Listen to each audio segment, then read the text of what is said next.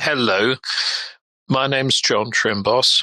I'm a solicitor by background. I practiced for a good decade or so as a planning and environmental lawyer, and then I got interested in training and gradually moved over into that world. And now I do this kind of thing for a living rather than doing lawyering. But that's my background. And of course, in the law and in, all professions really, we have to attend lots of meetings. So we're going to look at some best practice for how to get the best out of particularly internal meetings, team meetings, and things like that.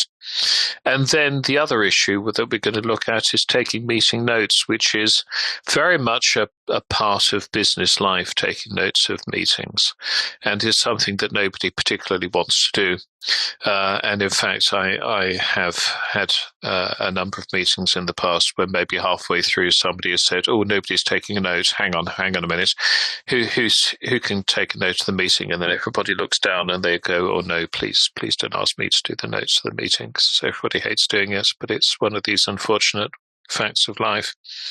But there are certain things we can do to try and minimize the pain of having to take meeting notes as well. And there'll be some little exercises for you to do as we go through the program. Want you to have a little self-reflect, really, first of all, because in terms of getting the best out of meetings, particularly things like internal team meetings and things like that, in my humble opinion, there are 18 basic steps that you need to do to hold any kind of effective meeting. And the first 8 steps are things that you have to do, things that you have to put in place before the meeting is even held.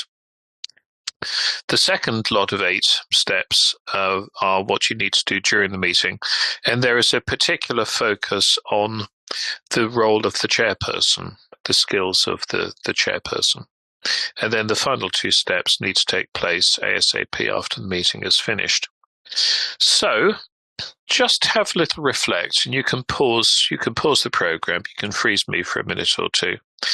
Just jot down, what do you think are the things we need to do before the meeting takes place? What do we do during the meeting, particularly if you're chairing it?